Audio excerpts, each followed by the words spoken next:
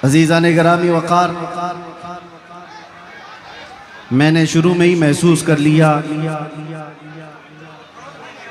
कि आपने मेरे सलाम का जवाब ही इतने दमदार तरीके से दिया, तो बात करने का हौसला भी अब बढ़ने लगा है।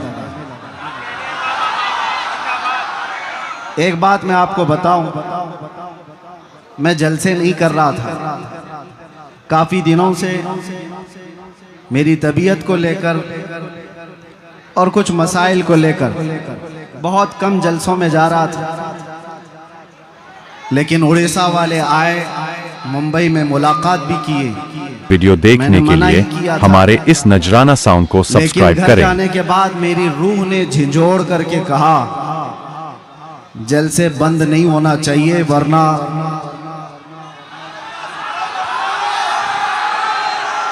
मेरी रूह ने झिंझोड़ करके ये कहा, जलसे किया करो ताकि कुत्तों को पता चले शेर मरे नहीं हैं। कुत्तों को पता चले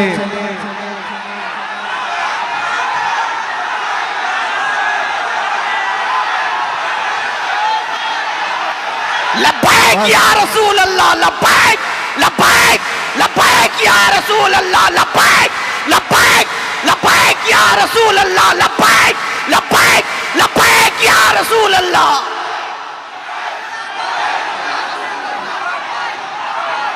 तवज्जो, अब बात समझ में आ रही है। लोग हमसे कहते हैं जलसों में जाने से क्या होता है। मैं यही कहता हूं, एक जुमले से जब इतनी जान आ जाती है, एक जुमले से जब इतनी जान आ जाती है, तो इसीलिए हमारी पूरी तकरीरों पर पाबंदी भी लगती है हमारे इस नजराना कि इसे ज्यादा बोलने ना दो, वरना फिर जो बरसों से बिस्तर पे पड़े हुए हैं वो लूले लंगड़े भी खड़े हो जाएंगे। मैं ये अपनी तारीफ में नहीं कहता, यहाँ पर मुझे पता है हर तरह के डिपार्टमेंट के लोग भी आए होंगे, सब जगह होते हैं, खुफिया तरीके से भी हमारी सारी रिकॉर्डिंग करने वाले, मुझे सब पता है। मैं होशो हवास में बोलता हूँ। मैं आज एक जुमला किसी साहब को पहुंचाना चाहता हूं। मेरे जेल में अंदर जाती ही चौकी पर पकड़कर मुझे तंज कसते हुए उसने कहा था, अच्छी तरह से हमने तुम्हें दिखा दिया, अब कितना बोलोगे, और अच्छी तरह से तुम्हारी यहां पर दुर्गत बन गई है। 6 महीने 8 महीने गुजर गए, अब इसके बाद तो ठंडे पड़ ही जाओगे। बहुतों को हमने यहाँ देखा है, आने के बाद सब गोशा नशीन हो जाते हैं। वो साहब तक मेरा पैगाम पहुंचता है तो मैं आज उनको जवाब दूंगा, तुम्हारी सोच के सांचों में ढल नहीं सकता, तुम्हारी सोच के सांचों में ढल नहीं सकता, जुबान काट लो लहजा बदल नहीं सकता। सब्सक्राइब करें। मुझे भी क्या मोम का पुतला समझते हो? मुझे भी क्या मोम का पुतला समझते हो?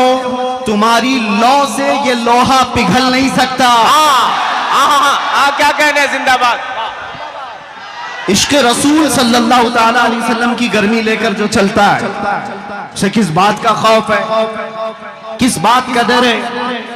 कल भी हम यही कहते थे, खौफ ना रख रजा जरा, तू तो है अब्दे मुस्तफा, तेरे लिए अमान है, तेरे लिए अमान है। आज भी हम यही कहेंगे। मैं नौजवानों को एक बात बताने के लिए आया हूं। ए अजीजों, मैदान में बैठकर नारे लगाना यह अलग बात है। मुस्तफ़ा करीम सल्लल्लाहु ताला अलैहि वसल्लम से इश्क का दावा करते हो तो ये इश्क बड़े इम्तिहान भी लेता है, ये मोहब्बत बड़े इम्तिहानात लेती है। अगर उन सारे इम्तिहानात के लिए तैयार हो तो लब्बैक का नारा लगाओ, वरना सारे नारे तुम्हारे सिर्फ दिखावे के हैं। तुम्हारा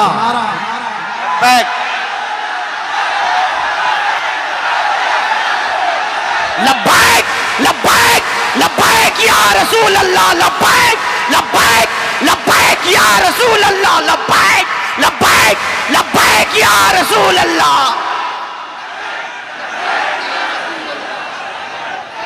तवज्जो, आपसे मैं बदगुमान भी नहीं, उड़ीसा वाले और खास तौर पर रावरकिला वाले। 2 घंटे के मेरे सफर में हमारे साथ रकीब खान साहब ने बहुत कुछ आपकी दास्तानें सुनाई। कई लोग अंदर जाते हैं आते हैं, अंदर जाते हैं आते हैं। साउंड को सब्सक्राइब करें। बहरहाल यहाँ का माहौल है अगर, तभी मैंने समझा कि इतने दूर दराज उड़ीसा के लोग मुझे क्यों बुला रहे हैं। इसलिए कि बुज़दिल लोग जल्दी मुझे बुलाते भी नहीं।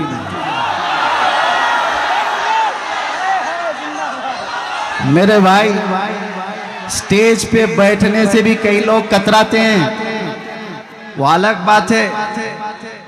कुछ लोग नीचे सेल्फी ले लेंगे, स्टेज पर बैठने के लिए मैंने महसूस किया है कई लोग डरते हैं कि कहीं हम पर भी केस ना हो जाए। आपको पता है, करीब में साल 1.5 साल पहले की बात है, उत्तर प्रदेश में एक मौलाना साहब हमारे साथ बैठे, लब्बैक लब्बैक लब्बैक कह रहे थे। दूसरे दिन उनको थाने बुला लिया गया। वो डरे सहमे हुए गए, जो भी रिपोर्ट हुई। रात को मुझसे कहने लगे फोन पर कि हजरत मेरे साथ तो ऐसा हो गया, ऐसा हो गया, ऐसा हो गया। ये मेरे तो अंदर जाने से पहले की बात है। मैंने उनसे कहा था, मौलाना अभी शर्मिंदगी किस बात की, थाने बुलाया गया तो फख्र करो, चोरी पे नहीं बुलाया गया, अपने नबी के नाम पर बुलाया गया है। क्या कहने, किस बात का डर है। इसीलिए मैंने कैद खाने में अंदर बैठ करके एक कलाम लिखा था जिसका ये शेर था, फख्र है इस बात पर कैदी बना हो उस नाम पर, फख्र है इस बात पर कैदी बना उस नाम पर, ये तो है सुन्नत बिलाली बन गई किस्मत मेरी। ये तो है सुन्नत बिलाली बन गई किस्मत मेरी। बेड़ियां हाथ में क्या गर्दन में भी डाल दो आप, है उन्हीं के नाम का सब जिंदगी और मौत मेरी। इसलिए करता है झूम कर सलमान अब, कैद थी ना जेल था, जेल थी ना कैद थी, बढ़नी थी बस इज्जत मेरी। ये एक रिहर्सल था, कैद थी ना जेल थी, बढ़नी थी बस इज्जत मेरी। अल्लाह करीम किस रास्ते से गुजारता है और कहां तक पहुंचता था। हम तफसीर पढ़ते थे कुरान अजीम में, सूरह यूसुफ को सैयदना यूसुफ अलैहिस्सलाम के भाइयों ने कुएं में डाला था, लेकिन अल्लाह करीम ने इंतजाम फरमाया, वो निकाले गए, बाजारे मिस्र में बेचे गए, फिर जेल भी गए। तकरीबन 10 साल से ज्यादा जेल काटी बगैर किसी गुनाह के, बगैर किसी जुर्म के। सबर आसान नहीं होता मेरे अजीजों, जेल के अंदर एक दिन जो साल भर के बराबर लगता है। उस नबी को याद करके, बाहर रह करके वो फील नहीं कर सकते थे कि कैसा कैद काटा होगा बगैर जुर्म के। और उसके बाद वापस आते ही रब तबारक व तआला ने उनको वजीर आजम की कुर्सी पर बिठा दिया। जेल से निकले सीधे बादशाह के वजीर आजम की कुर्सी पर। ये मरहले होते हैं। रब तबारक व तआला फरमाता है, वकज़ालिक मक्कन्ना लियूसुफ फिल अर्द, इसी तरह से हमने जमीन में यूसुफ को तकवीयत दी, करार दिया। ये रब के फैसले हैं। इसीलिए मैं कहता हूं, मुझे जरा बराबर भी आर और ऐब महसूस नहीं होता। जेल में जाकर के आने वाला मुंह छुपाकर घूमता है, वो डर डर करके घूमता है। इज्जत चली गई, जेल चले गए थे। कसम रब्बे जुल जलाल की, एक दिन भी ऐसा ख्याल नहीं आया, एक दिन भी ऐसा ख्याल नहीं आया। बल्कि मैं दुनिया को ये दिखाता हूं, ये दीवानों का हुजूम क्यों है। आज दुनिया सेलिब्रिटीज को देखने के लिए भीड़ लगाती है, और ये दीवानी उम्मत है मुस्तफा के कैदी को देखने के लिए भीड़ लगाती है। मिजाज कुछ और है, उम्मत का मिजाज कुछ और है।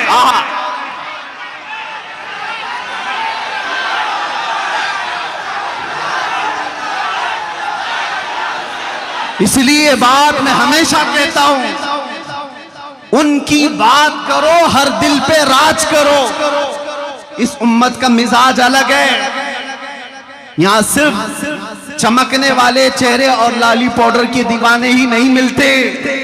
हो सकता है हमारे जवान थोड़े इंटरटेनमेंट के चक्कर में ग्लिमर की दुनिया के पीछे भाग जाते होंगे, लेकिन इनका दिल चीर करके देखो तो इस ग्लिमर को ये किसी न किसी दिन लात मारते हैं और फिर ये कहते हैं अपना सब कुछ गुंबद खजरा कल भी था और आज भी है। मेरे नबी से मेरा रिश्ता कल भी था और बस इस ईमान की बका मैं चाहता हूं मेरे अजीजों, तुम्हारे सीने में ये धड़कन बाकी रहे, ये इश्क मुस्तफा की लौ जलती रहे और तुम्हारी जिंदगी इसी तरह बरकरार रहेगी। 1000 मीटिंगें करने दो खुफिया तरीके से तुम्हें मिटाने के लिए, इस्लाम को खत्म करने के लिए बड़े बड़े मंसूबे बनाने दो, तंजीमें बनाने दो, सारी तैयारियां कर लेने दो, हथियार खरीद लेने दो, सब चीजें हो जाने दो, लेकिन एक बात याद रखना, इश्क मुस्तफा सल्लल्लाहु ताला अलैहि वसल्लम की गर्मी राई के दाने के बराबर भी तुम्हारे सीनों के अंदर मौजूद होगी तो सारी दुनिया की ताकत मिलकर के भी तुम्हारा चेहरा देखने की हिम्मत नहीं कर सकेगी। क्या कहने जिंदाबाद अब नहीं ला सकेगी। इसीलिए तो इकबाल ने कहा था टल न सकते थे जंग में अगर अड़ जाते थे, पांव शेरों के भी मैदान से उखड़ जाते थे, हक से सरकश हुआ कोई तो बिगड़ जाते थे, अरे तेग क्या चीज है हम तोप से भी लड़ जाते थे। ये हमारे आबा व अजदाद का शिवा रहा है, हमारे बुजुर्गों की जो असलाफ का तरीक़ेकार रहा है वो आपके सामने रख रहा हूं। आपको मैं मेरी पूरी तकरीरें छानबीन करके निकाल लूं। वैसे तो आपसे ज्यादा तो गुजरात वालों ने निकाला है, मेरे ख्याल से रोजाना सुबह से शाम तक तकरीरी सुनते थे, हमारी सुनते सुनते निकाले, इसमें से कुछ तो निकाले, निकालते रहे। बहरहाल मैं एक बात बताऊं, पूरी तकरीरों में मेरे कहीं पर भी बताओ क्या मैंने तुम्हें नेजा, बंदूक, बारूद, बम, ये सारी चीजें हथियार जमा करने के लिए कभी एक बार भी कहा? ला करके दिखाओ। इसलिए कि हम उस गरीब नवाज के गुलामों में से हैं जो हिंदुस्तान आए थे तो गुदड़ी पहन करके आए थे और आज लाखों दिलों पर राज करते हैं। वो कौन सा तोप लेकर के आए थे, कौन से बंदूकें उठा करके आए थे? हाँ, उस जमाने में और भी बादशाह आए थे। शिहाबुद्दीन गौरी शिकस्त खा करके वापस जा रहा था, गरीब नवाज से मुलाकात हो गई थी, 8 फकीरों की जमात आ रही थी। उसने पूछा कि कहाँ जा रहे हैं? बाबा ने कहा हिंदुस्तान फतह करने जा रहे हैं। जो राजे महाराजों से लड़ करके वापस जा रहा था शिकस्त खा करके, वो 8 फकीरों की जमात को देखकर कहने लगा कि आपके पास क्या है जो आप मुल्क हिंद की फतह की बात कर रहे हो? सरकार गरीब नवाज ने फरमाया तुम में हम में फर्क ये है, तुम हथियारों पे भरोसा करते हो, हम अल्लाह की जात पे भरोसा रखते हैं। मैं आपको भी यही कहता हूं, मैंने अपनी तकरीरों में कहीं कोई चीज जमा करने के लिए नहीं कहा रे मियां ब्लेड भी रखोगे तो आतंकवादी कहलाओगे। हमारा तो हाल यही है, हर प्लास्टिक की चाकू भी रखोगे तो कल न्यूज में आ जाएगा, कल खबर बन जाएगी कि तुम्हारे पास फला फला चीजें थी। मैं इन तमाम बातों की तरफ नहीं तुम्हें ले जाना चाहता, बस एक बात है जो तुम्हें जमीन से उठाकर आसमान तक ले जाती है। वो बात क्या है? कि मोहम्मद से वफा तूने, कि मोहम्मद से वफा तूने, तो हम तेरे हैं, ये जहां चीज है क्या, लाहो कलम तेरे। अहले बैत अतहार की बात है यहां पर। आज मैं आपके सामने बताऊं, यह आपका जलसा जो हर साल मुहर्रमुल हराम में फजाइल अहले बैत पर किया जाता है। कौन है वो अहले बैत? हुजूर पाक सल्लल्लाहु ताला अलैहि वसल्लम का वो घराना जिनकी अजमत की आज हम कस्में उठाते हैं, जिनकी पाकी और बुजुर्गी की बातें आज हम करते हैं, लेकिन क्या कभी आपने ये देखा कि उनकी कुर्बानियां कितनी? अहले बैत में से मौला अली करमल्लाहु वजहुल करीम शहीद हैं, बड़े बेटे इमाम हसन शहीद हैं, दूसरे बेटे इमाम हुसैन शहीद हैं, नीचे नस्ल में आओ ज़ैद इब्न अली शहीद हैं। सब जुल्मन शहीद किए हुए लोग हैं। अहले बैत का पूरा घराना इस्लाम के लिए कुर्बान हुआ। अहले बैत का तज़किरा करने से पहले होश और हवास के साथ आपसे मैं कहना चाहता हूं, दिल में अगर हिम्मत है, जिगर है, तो ये सुनो और उनका नाम लो, वरना बुज़दिलों को ये ज़ेब नहीं देता करबला की दास्तान सुनना और सुनाना। बुज़दिलों का शिवा नहीं है ये। करबला रोने धोने और मातम करने के लिए नहीं सुनाए जाते। करबला इसलिए सुनाए जाते हैं कि बुझे हुए दिलों में ईमान ताजा हो जाए, 80 साल का बूढ़ा 25 साल का जवान लगने लगे। उसके अंदर जज्बा हो हक के साथ खड़े होने का और बातिल से डटकर मुकाबला करने का। यही अहले बैत अताहार का मैसेज है हर जमाने में। मेरे अजीजों, मैं चंद मिसालें आपको दूं। सैयदना अली मुर्तज़ा रज़ी अल्लाह तआला अन्हु को जुल्मन शहीद किया गया कि नहीं? मस्जिद में शहीद किया गया। आपके बड़े बेटे सैयदना इमाम हसन मुज्तबा रज़ी अल्लाह तआला अन्हु किस बात पर? जहर देकर के शहीद किया गया है। एक बार नहीं 5 बार जहर दिया गया था। इमाम हसन की अंतड़ियां कट करके मुंह से बाहर आती थी। ये रसूलुल्लाह के नवासे की बात कर रहा हूं। और मेरे आका सल्लल्लाहु तआला अलैहि वसल्लम के दूसरे नवासे सैयदना इमाम हुसैन, उनका वाकया तो पूरी दुनिया भर में ऐसा मशहूर है जैसे सूरज की रोशनी मशहूर है। उम्मत मुस्लिमा क्या, दूसरे गैर मज़ाहिब वाले भी जानते हैं इमाम हुसैन की शहादत को। 22,000 का लश्कर 82 लोगों से कैसे लड़ रहा था। भूखा और प्यासा रख करके उनको तड़पाया जा रहा था। एक एक बच्चे को शहीद करके, अरे 6 महीने के बच्चों को भी नहीं छोड़ा गया। ये शहादत के वाकयात सुने हो कि नहीं सुने हो? ये अहले बैत की कुर्बानियां मैं तुम्हारे सामने रख रहा हूं। वो इसलिए रख रहा हूं कि अहले बैत का नाम लेते हो तो फिर घर में गर्म रोटियां और मुर्ग खा करके दीन की बात करना, ये अहले बैत की मोहब्बत नहीं। तुमसे कुर्बानियां मांगी जाएंगी। अगर तुम सच्चे मुहिब्बे अहले बैत हो, हर जमाने के यजीद के साथ लड़ने की ताकत भी होनी चाहिए। हर फितनों के बादशाह से मुकाबला करने की ताकत होनी चाहिए। आपको पता है इमाम हुसैन मुज्तबा रज़ी अल्लाह तआला अन्हु अपने जवान बेटों के साथ शहीद हुए हैं करबला के मैदान में। बचा कौन था? सिर्फ इमाम ज़ैनुल आबिदीन बेटों में। और उसके बाद आपकी औलाद हुई। इमाम ज़ैनुल आबिदीन के बेटे थे सैयदना ज़ैद, जो इमाम बाकर के भाई हैं।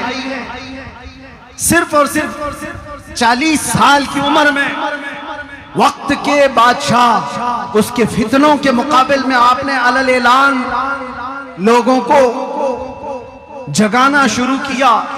रसूलुल्लाह के घर वालों की आदत ही ये है, वो दीन इस्लाम पर कभी धब्बा बर्दाश्त नहीं कर सकते। आज भी होना यही चाहिए। जो सादाते किराम हैं, गद्दी नशीन हैं, उनकी कुर्बानियां भी दी जाएंगी। और अगर वो बाहर आकर अवाम में बेदार करने का जज्बा नहीं रखते तो फिर आपकी तरफ से भी लोग सवालिया निशान उठाएंगे।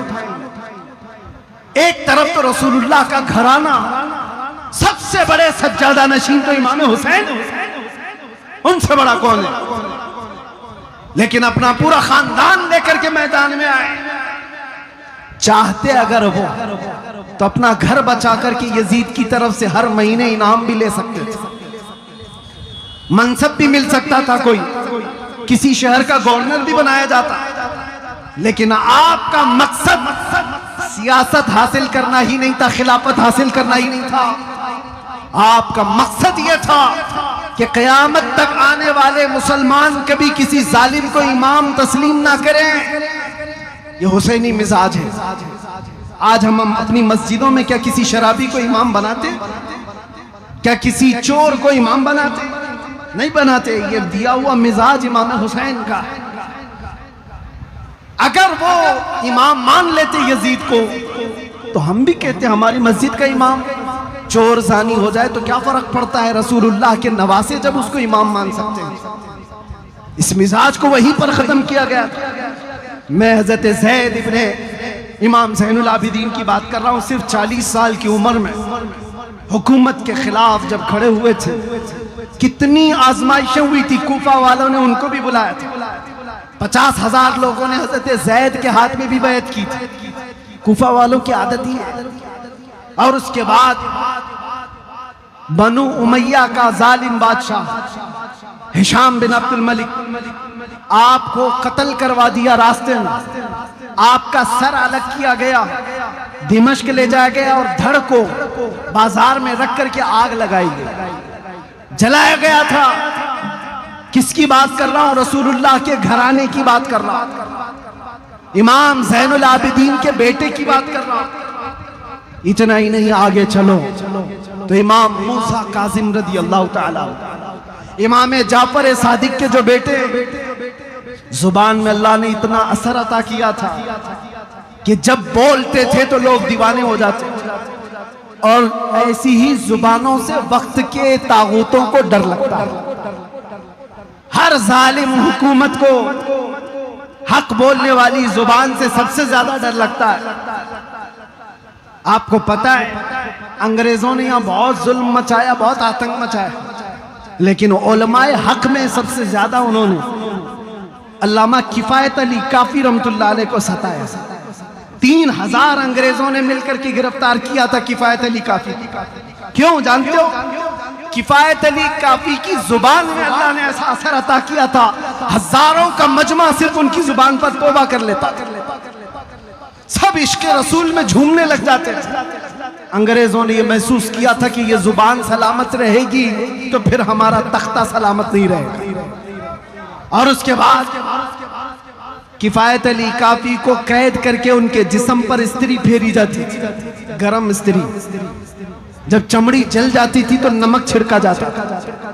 उसके बाद 8 दिन के बाद आपको फांसी पर चढ़ाया गया था किफायत अली काफी। ये मिसाल इसलिए दे रहा हूं, हर जमाने में हक बोलने वाली जुबान, इससे डर लगता है हुकूमत वक्त को। हजरत सईदना ज़ैद बिन अली के साथ भी यही हुआ था और हजरत इमाम मूसा काजिम के साथ भी यही हुआ। एक के बाद 2 बार, 2 के बाद 3 बार, तीसरे के बाद चौथे बार, चौथे के बाद 5वें बार इमाम मूसा काजिम को जेल भेजा जा रहा था। जेल भेजा कौन जानते हो? खलीफा हारून रशीद का जमाना, जिसके तज़किरे हजारों तरीके से आपने सुने हो। लेकिन कोई भी हो, वक्त का खलीफा डर जाता है। यह अहले बैत है, एक दिन अगर ये ऐलान कर दे तो सारी उम्मत इनकी तरफ हो जाएगी, हमारा तख्ता हिल जाएगा। इमाम मूसा काजिम रदी अल्लाह ताला कभी घबराए नहीं, कभी डरे नहीं। मैं उनको आइडियल समझ करके आपके सामने कह रहा हूं। एक बार जेल जाकर आने के बाद लोग ये कहते हैं कि नहीं, बहुत संभल करके चलना चाहिए। बिल्कुल संभल के हम पहले भी चलते थे, आज भी, क्योंकि शराब नहीं पीते, हम नशे में नहीं रहते। एक ही नशा है, वो ताजदार मदीना का, वो खुमार असली खुमार है। हम झोले खाते हुए लोग नहीं है जिनको तुम नसीहत करो कि बहुत संभल के बोलना चाहिए। हाँ, बिल्कुल संभल के, पहले भी होश में बोलते थे, आज भी। इमाम मूसा काजिम को देखा, जेल में रखा गया, फिर छोड़ा गया। आप वही बात बोलते थे जो पहले बोलते थे, फिर जेल भेजा गया, साल 2 साल, वापस छोड़ा गया, आप फिर वही बात। क्यों? हक बात से कोई समझौता नहीं होता। इसीलिए तो मैंने शुरू में ही ये शेर कहा, हमारा ये शिवा है, हमारे बुजुर्गों का, अहले बैत का ये शिवा है जो मैंने शेर पढ़ा है। तुम्हारी सोच के सांचों में ढल नहीं सकता, जुबान काट लो, लहजा बदल नहीं सकता। ये सिर्फ मेरी बात नहीं, ये हमारे इमामों की बात है, इमामों की बात है। हर आलिम रब्बानी हक गो ये कहता रहा। बहुत दूर क्या, माजी करीब में जाएंगे तो शहजादे आला हजरत सैयदना सरकार मुफ्ती आजम हिंद के जमाने में हिंदुस्तान में एक डिक्टेटरशिप, एक इमरजेंसी हुकूमत कायम हुई थी। आपको पता होगा, बूढ़े लोगों को पता है, जवान लोगों को कहा, हम भी नहीं पैदा हुए थे। लेकिन उसका जमाना बताया जाता है इंदिरा गांधी ने सारा होल एंड सोल अपने हाथ में रखा है, सारी चीजें कंट्रोल में। कोई आवाज उठाए तो मारो, अंदर करो। ये आज थोड़ी ना हो रहा है, इससे पहले कांग्रेस ने भी ये सब किया है। अंदर डालो जो भी बोलता है। उस जमाने में प्राइम मिनिस्टर ने यह फैसला किया था आबादी कंट्रोल करने के लिए नसबंदी होनी चाहिए। बाकी सब मान लेंगे लेकिन मुसलमान नहीं मानेंगे। मुसलमानों के यहाँ ये हराम है। उन्होंने फिर सोचा कि बड़े बड़े दारुल उलूम से फतवे ले जाए, और कुछ दारुल उलूम तो इसीलिए बैठे ही हैं, फतवे दे भी दिए। फतवे दिए, मोहतरमा जैसा बोलेंगी वैसा दारुल उलूम चलेगा। और वही मोहतरमा बरेली भी भेजती है। वक्त का कुतुब मुफ्ती आजम कलम हाथ में लिए बैठा है। सवाल है हुकूमत वक्त की तरफ से नसबंदी के सिलसिले में कि हुकूमत ने कंपलसरी कर दिया है, लाजिम कर दिया है। कुछ तो मसलहत का बीच का रास्ता निकाला जाए। मुफ्ती आजम हिंद ने कहा 1400 साल क्या 14,000 साल भी हो जाए, शरीयत मुस्तफा में एक बाल बराबर भी तब्दीली नहीं आ सकती। कल भी नसबंदी हराम थी, आज भी नसबंदी हराम है। जानते हो मुस्तफा रजा का ये फतवा मुफ्ती आजम का जब निकला था तो प्रेस तक जला दिया गया था बरेली का। जहां से ये फतवा छप करके आया था वो प्रेस जला दिया गया। जो फतवा चिपकाने के लिए दीवारों पर जाते थे उनको पकड़कर कैद किया गया। हालात बड़े बेकाबू थे। मुफ्ती आजम के पास कुछ मुरीदीन ने आकर के कहा था कि सरकार अब क्या होगा, हुकूमत बहुत सख्त एक्शन ले चुकी है। आपने फरमाया होश के नाखुन लो, शरीयत मुस्तफा की बात कर रहा हूं, फतवा नहीं बदलेगा, हुकूमत बदल जाएगी।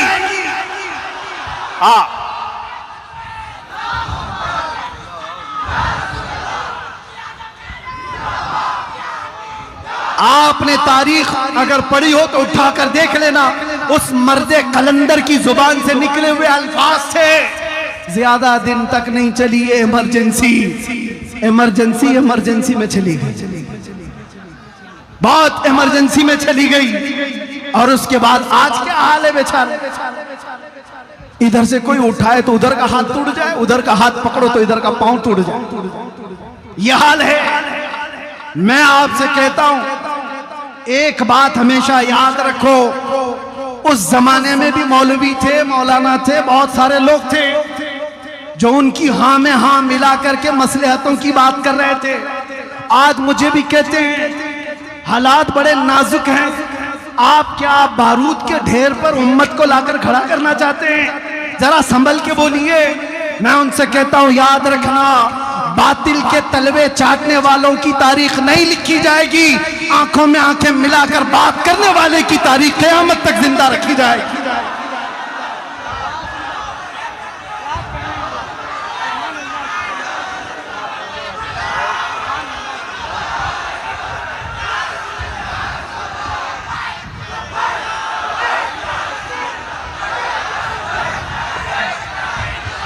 लब्बैक लब्बैक लब्बैक या रसूल अल्लाह, लब्बैक लब्बैक लब्बैक लब्बैक लब्बैक लब्बैक लब्बैक या रसूल अल्लाह।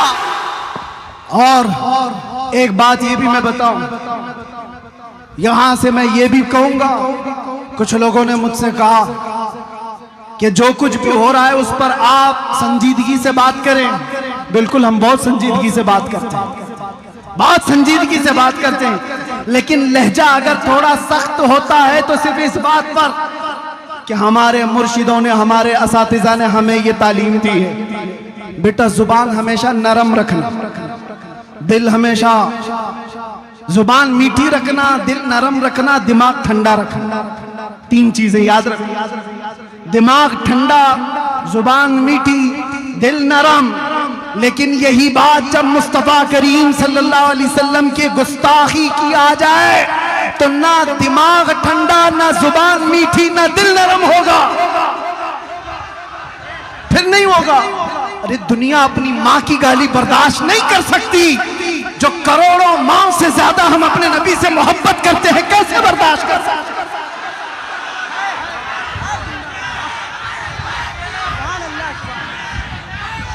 आज फिर पर उठाना शुरू कर दिया अगर किसी ने, और उनको ये लगता है कि हम नहीं बोलेंगे तो सुनो, तुम फिल्म बनाने की कोशिश कर रहे हो। हुजूर की शान में गुस्ताखी करते हुए कोई फिल्म बनाए, कोई कार्टून बनाए, कोई मैगजीन छापे, कोई ट्विटर पर कहे, कोई सोशल मीडिया पर बकवास करे, और तुम्हें लगता है कुछ नहीं होगा।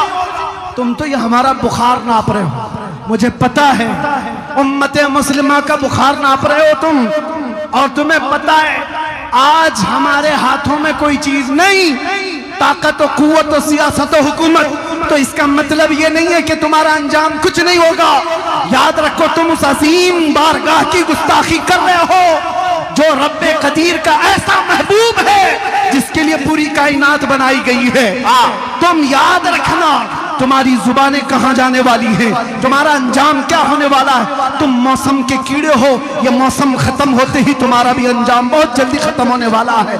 क्योंकि हमें पता है अबू जहल का अंजाम क्या हुआ था, उतबा शैबा का क्या हुआ, अबू लहब का क्या हुआ। सारे गुस्ताख मिट गए, लेकिन आज तक उम्मत के दरमियान कोई चीज बाकी है तो सिद्दीक की सदाकत बाकी है, फारूक की अदालत के चर्चे बाकी हैं, उस्मान की सखावत के चर्चे बाकी हैं, हैदर कर्रार की शुजाअत के चर्चे बाकी हैं।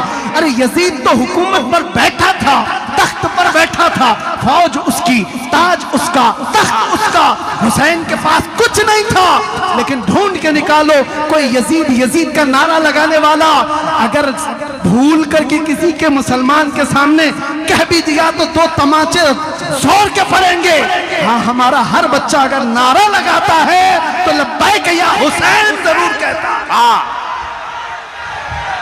वो कैसी हुसैनियत है जो 1400 साल के बाद भी ठंडी नहीं होती।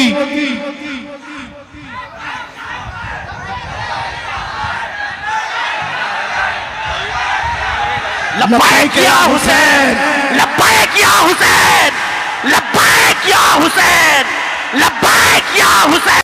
बता दो क्यों मियाँ तुम लब्बैक लब्बैक क्यों कहते हो, क्यों कहते हो? और अपनी ही जमात में कुछ गद्दारों को इस बात से तकलीफ है।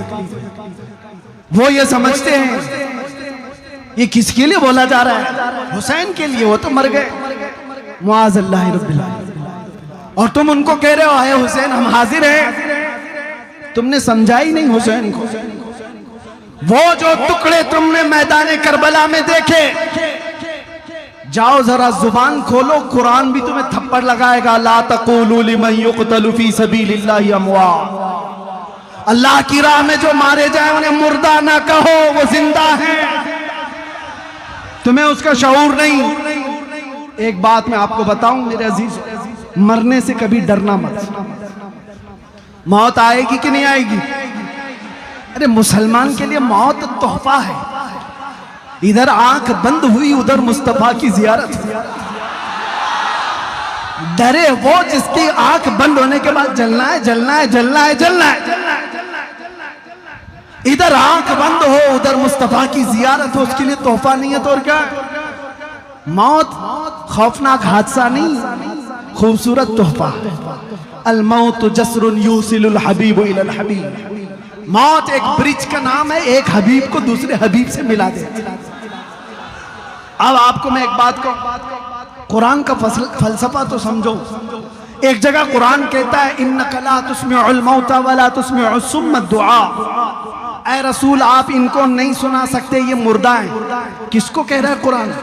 अबू जहल, उतबा, शैबा, ये जो जिंदा थे जमाने में, खा रहे हैं, पी रहे हैं, उठ रहे हैं, बैठ रहे हैं, बाजार में जा रहे हैं, सबसे बातचीत कर रहे हैं, और कुरान कहता है ये मुर्दा है। ऐ रसूल आप इनको नहीं सुना सकते, ये गूंगे बहरे मुर्दा है। और एक तरफ मैदान करबला, मैदान उहद, मैदान खंदक, मैदान बदर टुकड़े हो चुके हैं सहाबा के, और कुरान कह रहा है ला तक़ूलू लिमन युक़तलु फ़ी सबीलिल्लाह। इनको मुर्दा मत कहो, इनके टुकड़े हो गए। कुरान कहता है इनको मुर्दा ना कहो। और जो चल फिर रहे हैं उनको कह रहा है ये मुर्दा है। क्या है? चल रहा है, फिर रहा है, बोल रहा है, चल रहा है, वो मुर्दा है। कट गया है टुकड़ों में, वो जिंदा है। कुरान का फैसला क्या है? यहां से मैं समझाना चाहूंगा, मौत तो हयात चलने फिरने का नाम नहीं, ये हयात सिर्फ चलने फिरने का नाम नहीं, और मौत सिर्फ और सिर्फ रूह निकल जाने का नाम ही नहीं। कुरान के फलसफे के मुताबिक इश्क़ रसूल में जो मर जाता है वो जिंदा है, और बेइश्क़ मुस्तफा जो चलता फिरता रहे वो मुर्दा है। वो मुर्दा है।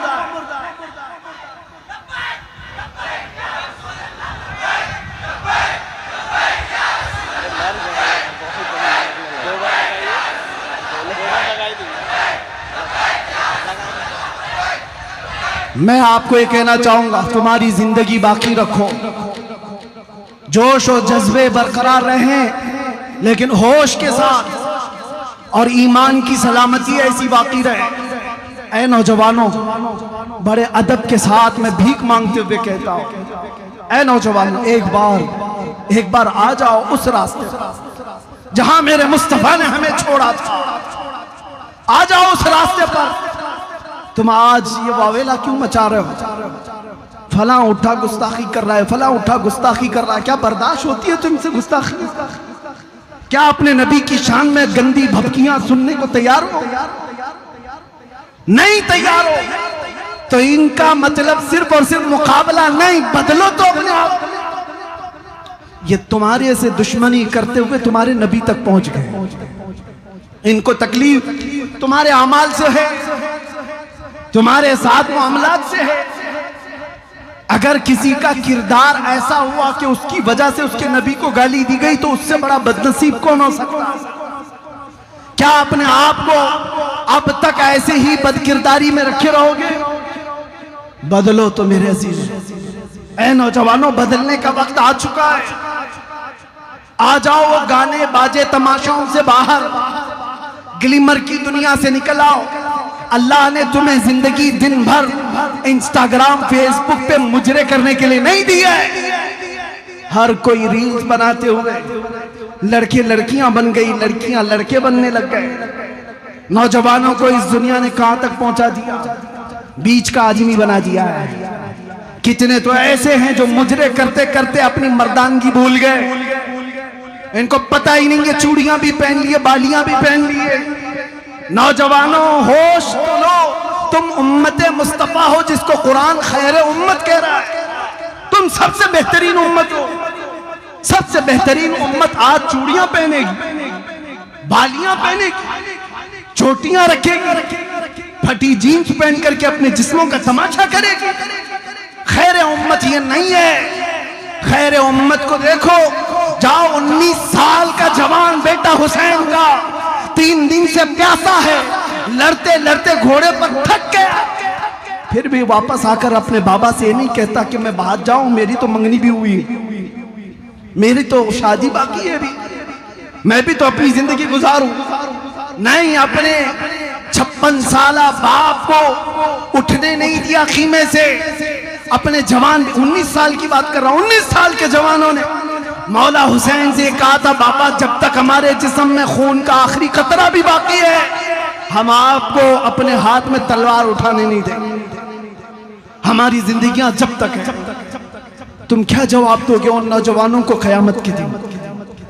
अगर वो हुसैन के बेटे कयामत के दिन खून में लथपथ आए और तुमसे पूछें, हमने 19 साला जवानी, 22 साला जवानी इस्लाम के लिए कुर्बान की, तुम क्या कर रहे थे उस वक्त? तुम क्या कहोगे? रात भर इंटरनेट चला रहा था, रात भर पबजी खेल रहा था, गेमों में मसरूफ था। ऐ नौजवानों, तुम कयामत के दिन क्या जवाब दोगे? बदलो अपनी जिंदगी को, उठो, वो करना हश्र न होगा फिर कभी। दौड़ो के जमाना चाल अपनी चल गया। आज तुम्हारे लिए जितने भी मंसूबे बनाए जा रहे हैं, बनाने तो कुछ फर्क नहीं पड़ता। याद से नहीं, 1400 साल से हम देख रहे हैं। लोग जो कहते हैं हालात खराब है, कभी हालात अच्छे हुए ही नहीं थे हमारे। इस्लाम के खिलाफ हमेशा ऐसी ही हालात रहे, इससे भी बुरे हालात आए। चंगेज का जमाना आया, हलाकू का जमाना आया। अरे हमारी खोपड़ियों से मीनार बना दिए थे बादशाहों ने। कत्ल इतना किया था कि बगदाद के दरियाए दजला का पानी हमारे खून से लाल हो गया। ऐसे हालात भी आए इस्लाम पर, लेकिन इस्लाम उस वक्त नहीं खत्म हुआ था, तो आज के हरामियों से क्या खत्म हो सकता? नहीं होगा। तुम्हें उसकी फिक्र की जरूरत नहीं, तुम्हें अपने अमाल की फिक्र करो। इस्लाम तो सुबह क़यामत तक चमकता दमकता रहेगा। ये मेरे रब का जलाया हुआ दिया है, ये मेरे रब का रोशन किया हुआ चिराग है, मुंह के फूकों से बुझाया नहीं जा सकता। लेकिन आपका हशर क्या होगा, हमारा क्या होगा, इसकी फिक्र तो करो। नशा में तुम्हारा नाम, जेल में मैंने देखा है अक्सर नौजवान जो मुसलमान आए नशा करते हुए, नशा बेचते हुए, नशा में पकड़े हुए, सप्लाई करते हुए। तुम्हारे हाथों में ये चीज कहां से आ गई? जानते हो मेरे मुस्तफा करीम सल्लल्लाहु ताला अलैहि वसल्लम तो फरमाते हैं, तुम्हारे तलवों में कांटा भी चुभ जाए तो उसका दर्द मुझे होता है। उस रसूल को उम्मत का दर्द है। जब तुम नशे में अपने आप को बर्बाद कर रहे होंगे तो क्या मेरे मुस्तफा को इसकी तकलीफ नहीं होती होगी? तुम अपने आप को हिलाकत में डालते हो और ये सोचते हो ये मेरी लाइफ है, मुझे जीने दो ना। शराब पी रहा है कोई मत बोलो इसको, गुटखा खा रहा है कोई मत बोलो, बीड़ी सिगरेट में ऐसा मस्त हो गया है कि कैंसर होने के करीब है। कोई बोले तो आग बगोला, माँ बोले तो उसके खिलाफ, बीवी बोले तो उसके खिलाफ, बाप बोले तो उसके खिलाफ। तुम ये कहते हो मेरी अपनी लाइफ है, क्यों कोई इंटरफेयर कर रहा है? ए दीवाने, तुझे खबर क्या है तेरी अपनी लाइफ कब से हो गई? तेरी अपनी जिंदगी कब से हो गई? ये तेरी जिंदगी नहीं है। सुन मुर्शिदे गिरामी ताजुल शरिया क्या कहकर गए थे, जिंदगी ये नहीं किसी की किसी के लिए, जिंदगी है नबी की नबी के लिए। ना समझ मरते हैं जिंदगी के लिए, जीना मरना है सब कुछ नबी के लिए। तुम समझते हो जिंदगी हमारी अपनी है, हम जैसे मर्जी चाहे वैसे जी लेंगे। नहीं, ये नबी के लिए दी हुई जिंदगी। जीना हो तो मेरे मुस्तफा की मर्जी के मुताबिक जियो, और उस वक्त तक तुम मोमिन नहीं हो सकते जब तक हुजूर की मर्जी के मुताबिक तुम अपनी जिंदगी नहीं बना ले। ला युमिनु अहदुकुम हत्ता यकून हवाहु तबअन लिमा जीतु बिही औ कमा क़ाल नबी सल्लल्लाहु अलैहि वसल्लम। मेरे आका फरमाते उस वक्त तक तुम पूरे मोमिन नहीं हो सकते जब तक कि तुम मेरी मर्जी के मुताबिक, मेरे लाए हुए तरीके के मुताबिक अपनी ख्वाहिशों को पूर्ण नहीं करते। अपनी ख्वाहिशों के मुताबिक मत जियो, मुस्तफा की ख्वाहिश के मुताबिक जियो। यही सहाबा का मसलक, यही अहले बैत का पैगाम। अपनी लाइफ नहीं। आप थोड़ी सी बातें उन लोगों को भी मैं कह देता हूं, सबसे ज्यादा नुकसान हमें किस बात का है पता है? आज भी और पहले भी होता है, जमात के अंदर मौजूद मुनाफिकीन और गद्दारों से नौजवानों, रोटी टुकड़े सिक्के के लिए कभी अपना ईमान मत बेचना। कितने ऐसे हैं जो मुखबिरी के काम पे लगे हुए हैं, पूरा नेटवर्क फैला हुआ है, पूरा नेटवर्क। किसकी जासूसी कर रहे हैं? 500 रुपए पकड़ा दिया पुलिस ने, इसकी खबर दे दो, उसकी खबर दे दो। तुम्हें पता है जासूसी का अजाब क्या है? अल्लाह की सारे फरिश्तों की उस पर लानत होती है, सारे फरिश्तों की, मलाइका की और अल्लाह की लानत है उस पर जो मोमिनीन की टोह में लगा रहता है। मुझे आज भी वो बात याद आती है। मैं तो गया था, जब मुझे लेने आए थे ऐसा लग रहा था बारात जा रही है। मुझे तो मेरी शादी का भी उतना होश नहीं है कितने लोग आए थे, लेकिन ये जरूर है कि 200 इधर 200 उधर तो थे, और सारे बारात की शक्ल में ले जा रहे थे। देखा भी होगा ना। मुझे उस बात का एहसास नहीं था क्योंकि दिल पाक था, कोई जुर्म करके आया नहीं था, इतना यकीन है। आज भी मैं बबांगे दोहल कहता हूं, हमने कभी कोई खुफिया प्लानिंग की नहीं, सारी इन्वेस्टिगेशन हमारे खिलाफ हो रही थी। मैं आज भी कहता हूं, खुल करके कहता हूं, हम दीवार के पीछे बैठ करके या गुफे में बैठ करके वीडियो बनाने वाले लोग नहीं हैं। मजमे आम में कहते हैं इसलिए कि कोई खुफिया प्लानिंग देश के खिलाफ भी कभी नहीं किया, कभी आतंक फैलाने के लिए जवानों को नहीं जमा किया। जब जब बात किया, मिंबरे रसूल से बात किया, खुल करके कहा, हाँ अगर हुजूर की मोहब्बत का चर्चा करना जुर्म है तो ये जुर्म हम 1000 बार करें। इश्क अगर जुर्म है तो फांसी की सजा दो मुझको, इश्क अगर जुर्म है फांसी की सजा दो मुझको, दरे महबूब पे लेकिन ये सजा दी जाए, दरे महबूब पे लेकिन ये सजा दी जाए। मैं उन गद्दारों से कहता हूं, मैं जब गया, बात पूरी कर लेने दो। इन्वेस्टिगेशन में बहुत सारी सवालात की बौछार, लेकिन पता है सामने बैठे हुए एक ऑफिसर हंस रहे, मुस्कुरा रहे, फोन में देखते, अरे मुफ्ती साहब आपकी तो ये तकरीर भी आ गई। थोड़ी देर के बाद, अरे मुफ्ती साहब आपकी ये क्लिप भी आ गई। कहा इतनी देर से आपके पास तो थोड़ी सी टीसी आ रही कहां से? कहा आपके मौलाना लोग भेज रहे हैं, पीर साहब लोग भेज रहे हैं। मैं जानता हूं अच्छी तरह से, मैं कभी नाम जिक्र नहीं करूंगा।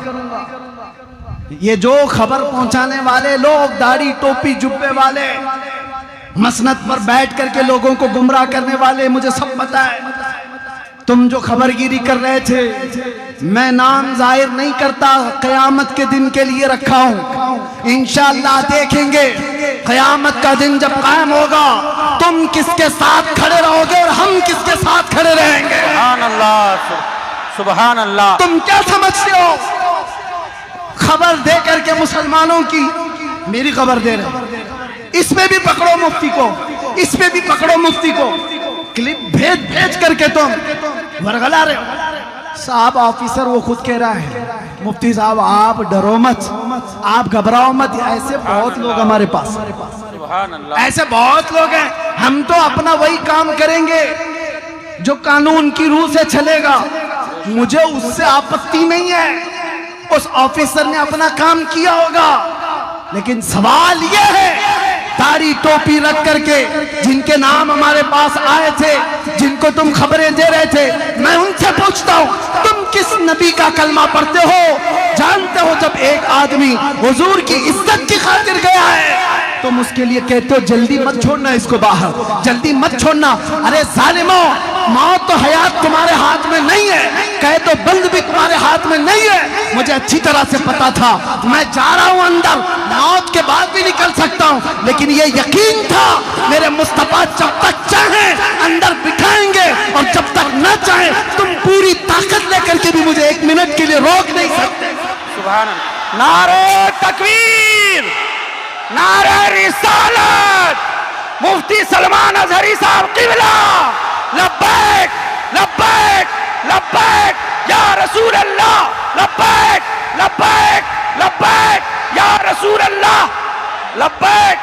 एक शेर हजरत के नाम, मर्द हक बातिल से हरगिज खौफ खा सकता नहीं, सर कटा सकता है मगर सर झुका सकता नहीं।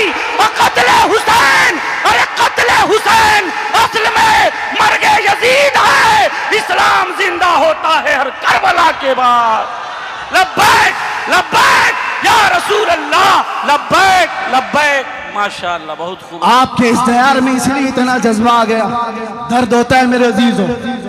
मैं इतने जज्बे के साथ बोलने का आप सिलसिला भी वैसे रोक चुका हूँ। तबीयत अगरचे संभल नहीं पाती, 8 महीने पत्थरों पर सुलाकर मेरी कमर जो तुमने तोड़ दिया, और उन्हें लगता है कि टूट गया। मेरे अजीजों, जिस्म टूटने से जुबान नहीं टूटती है, क्या और जुबान टूट जाए होश नहीं टूटता, और होश टूट जाए तो ईमान कभी नहीं टूटता। सुभान अल्लाह, सुभान अल्लाह। वो तो मेरे नबी का दिया हुआ है, वो संभाला हुआ आमिना के लाल का है। और मैं उनसे कहता हूं, नबी के नाम की रोटियां खाने वाले, नबी के नायब और नबी के आशिकों के साथ गद्दारी ना करो, गद्दारी ना करो। अनकरीब तुम्हारे पूरे चूल्हे हिलाए जाएंगे। तुमने जो मुनाफिकत की है, इस्लामी लिबास पहन करके जो जितने भी गद्दार मुनाफिक हैं, आप देखना, याद रखना, चंद दिनों के बाद ये ऐसे बेनकाब होंगे कि अल्लाह तबारक व तआला जलील और रुस्वा करके इनको मारता है। ये कानून फितरत है। जो इधर इस तरह की हरकतें करते हैं वो बहुत जल्दी रुस्वा होते हैं, जिसको आम मुहावरे में हम क्या कहते हैं, धोबी का कुत्ता न घर का न घाट का। ये होगा, और हमने नहीं देखा है। लखनऊ का वो कुत्ता जो धर्म बदल लिया था, नाम भी बदल लिया था, कहाँ चला गया? 2 साल हो गए, दिखता ही नहीं।